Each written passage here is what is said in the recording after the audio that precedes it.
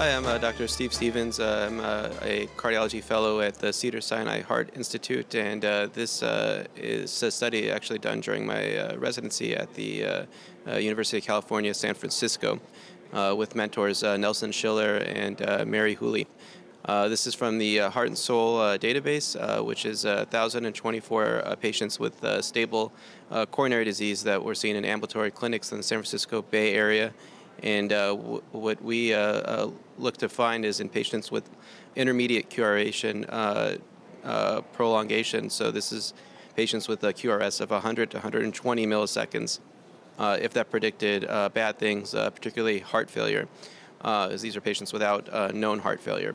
And little is known about QRS duration when it's less than 120. We certainly know that over 120, left and right bundle branch block predicts bad outcomes. It's been shown in Framingham and so forth. But for this, we don't really know what to do with this information when we see a QRS of 111 milliseconds or so. So the outcome we found was that it strongly predicts heart failure.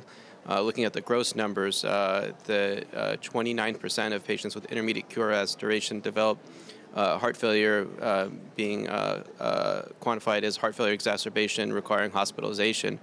29% of them had this within 5 years, where it was only 12% in patients with narrow QRS. Now, this is a higher risk population because they all have known stable coronary disease, so they are prone to heart failure, but 29% seemed excessive. And then when we looked at other markers such as echo findings in BNP, it actually adjusted and was still significant, the hazard ratio being 2.8 with just adjustment for age, and then after adjustment it was 1.9 with the p-value of 0.03. And then looking at the echo markers, it correlates with LV mass and low ejection fraction, less than 50%. It's strongly correlated with, but still independently predicts when those are put in a model. And those echo findings, we think is that this is showing overall that there's scar and hypertrophy in the left ventricle, and that's what's causing the QRS prolongation and making the patients higher risk for heart failure exacerbation.